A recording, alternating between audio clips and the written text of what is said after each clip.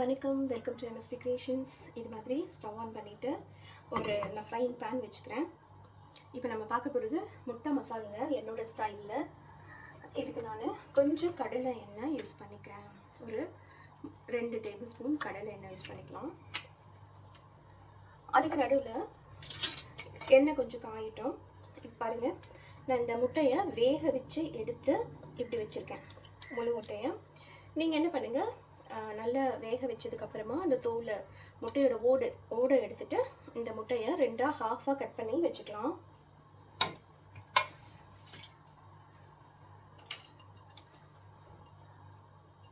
எண்ணெய் சூடாயிடுச்சு. இப்போ தாளிக்கிறதுக்கு கடுகு, சீரகம் ஆட் பண்ணிக்கலாம். அப்படியும் பண்ணலாம், ஆனால் நான் இப்போ வந்து ஒரு பட்டையும் ஒரு கிராம்பும் ஆட் பண்ணுறேன்.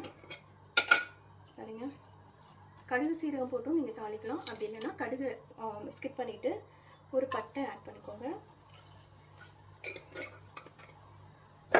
ஆட் பண்ணிவிட்டு நான் ஒரே ஒரு கிராம்பு ஆட் பண்ணிக்கிறேன். கிராம்பு ஓகே ஆட் பண்ணிவிட்டு இப்போது சீரகம் ஒரு 1/2 டேபிள் ஸ்பூன் ஆட் பண்ணிக்கலாம்.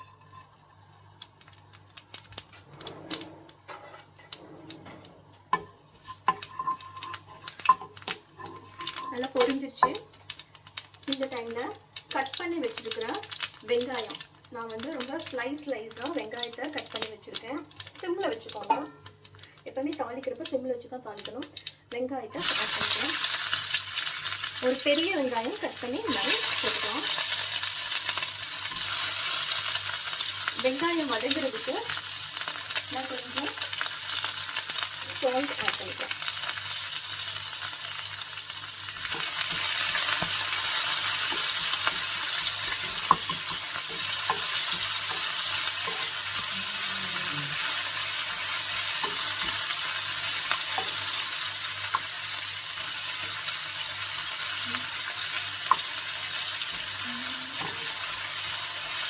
இந்த முட்டை மசால் வந்து ரொம்ப டேஸ்டியாக இருக்குங்க. நம்ம சைட் டிஷ்ஷாக இதை நம்ம சாம்பார் சாதத்துக்கோ இல்லை ரசம் சாதத்துக்கோ வச்சு சாப்பிட்டா ரொம்பவே நல்லாயிருக்கும்.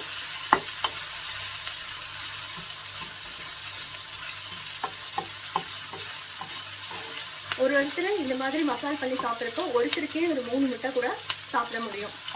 டயட் இருக்கிறவங்க, ப்ரோட்டீன் டயட் வேணும் அப்படின்னு நினைக்கிறவங்க முட்டையாக இது மாதிரி பண்ணி சாப்பிடுங்க.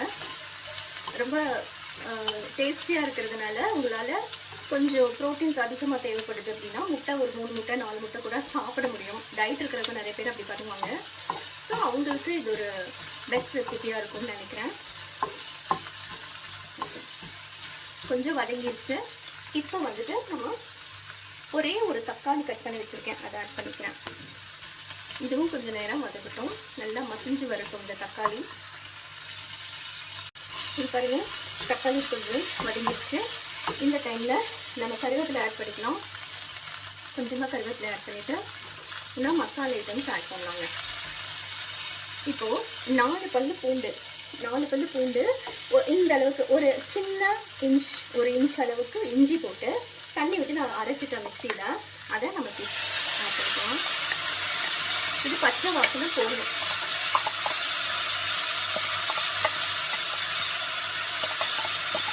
நீங்கள் இதை இடித்து போட்டாலும் நல்லா தான் இருக்கும். நான் மிக்சிலேயே அரைச்சி போட்டுக்கிறேன். கொஞ்சம் ஒரு பச்சை வாசனை அடங்கிட்டேன். அது வரைக்கும் கொஞ்சம் இப்படி வதக்கி விட்டுக்கோங்க. 2 நிமிஷம் வதக்குங்க. இஞ்சி பூண்டோட அரோமா உங்களுக்கு அப்படியே நல்லா வரும் வதக்கிறப்பவே.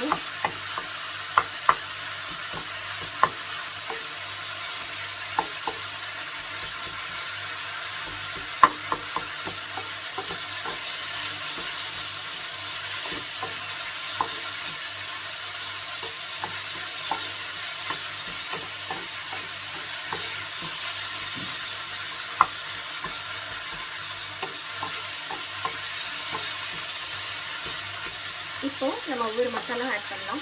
முட்டை வந்து கேஸ்ன்னு ஃபீல் பண்ணுறவங்க ஒரு பெருங்காயம் 1/2 ஸ்பூன் ஆட் பண்ணிக்கோங்க.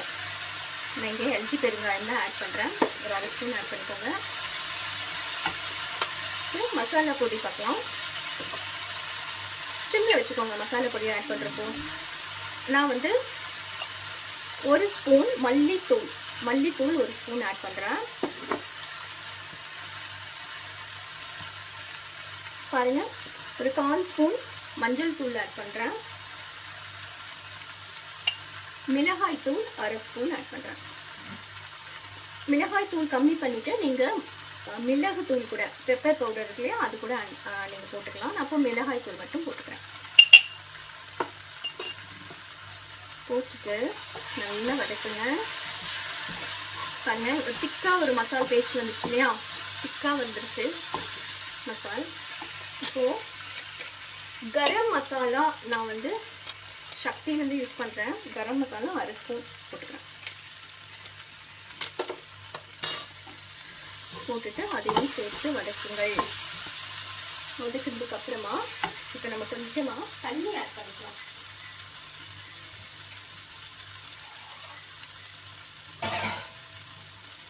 ஏன்னா இது முட்டை மசாலா இல்லையா, அதனால கொஞ்சம் ஒரு 1/2 டம்ளருக்கு தண்ணி ஆட் பண்ணிக்கோங்க.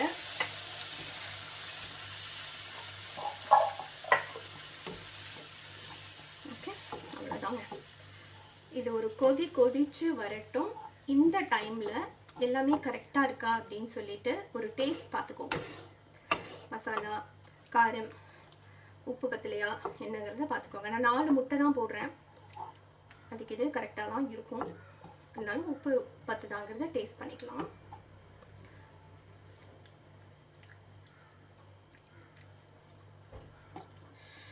கொஞ்சம் காரமாக தான் இருக்குது. நான் இன்னும் கொஞ்சம் தண்ணி ஆட் பண்ணிக்கிறேன்.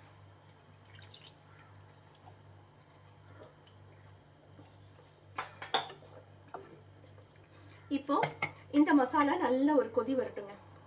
ஃப்ளேம் ஹையாக வச்சுக்கோங்க. ஒரு கொதி வர வரைக்கும் வெயிட் பண்ணலாம். இப்போ பாருங்கள், நல்லா இப்படி கொதிச்சு வந்துருச்சு. இந்த டைமில் நம்ம கட் பண்ணி வச்சுருக்கோம் இல்லையா, ஹாஃபாக இது மாதிரி கட் பண்ணி வச்சுருக்கிறேன் முட்டையை இதில் ஆட் பண்ணிக்கலாம். ஒன்றா போட்டுக்கலாம். இப்போ இந்த மசாலா இந்த முட்டை மேலே படுற மாதிரி ஸ்ப்ரெட் பண்ணி விடலாம். ரொம்ப ரொம்ப ஹெல்த்தியான டேஸ்டியான ரெசிபிங்க. நீங்கள் சப்பாத்திக்கு கூட இது மாதிரி செஞ்சு வச்சு சாப்பிட்லாம். அவ்வளோ அற்புதமாக இருக்கும். ரொம்ப யம்மி, டேஸ்டி, ஸ்பைசி கூட. இது கொஞ்சம் காரமாக தான் நான் செஞ்சுருக்கேன். இது இந்தியன் ஸ்டைல் முட்டை மசாலா. இப்போது இதை முட்டை தொக்குன்னு சொல்லுவாங்க. உங்களுக்கு இந்த ரெசிபி பிடிச்சிருந்தது அப்படின்னா ட்ரை பண்ணி பாருங்கள், கமெண்ட் பண்ணுங்கள். Please subscribe to my channel. Like பண்ணுங்கள், ஷேர் பண்ணுங்கள். தேங்க்ஸ் ஃபார் வாட்சிங் திஸ் வீடியோ. ரொம்ப நன்றிங்க. எனக்கு நாளுக்கு நாள் ஒவ்வொரு சப்ஸ்கிரைபராக ஆட் பண்ணிட்டுருக்காங்க. இன்னுமே நிறைய சப்ஸ்கிரைபர்ஸ் வேணுங்கிறது என்னுடைய ஆசை. ஸோ முடிஞ்ச வரைக்கும் இதை உங்கள் ஃப்ரெண்ட்ஸ் அண்ட் ஃபேமிலிஸ்க்கு ஷேர் பண்ணுங்கள். இதை பாருங்கள், முட்டை மசாலா ரெடி. நன்றி. தேங்க்ஸ் ஃபார் வாட்சிங் திஸ் வீடியோ. இந்த முட்டை மசாலா மேலே கொத்தமல்லி இலைகளை தூவி நீங்கள் சைட் டிஷ்ஷாக யூஸ் பண்ணிக்கலாம். சப்பாத்தி, அப்புறம் சாம்பார் சாதம், ரசம் சாதம், இதுக்கு எல்லாமே ரொம்ப நல்லாயிருக்கும். இந்த மசாலா சாதத்தில் பிசைஞ்சும் சாப்பிட்லாங்க. ரொம்ப டேஸ்டியான ஒரு மசாலா. ட்ரை பண்ணி பாருங்கள். நன்றி.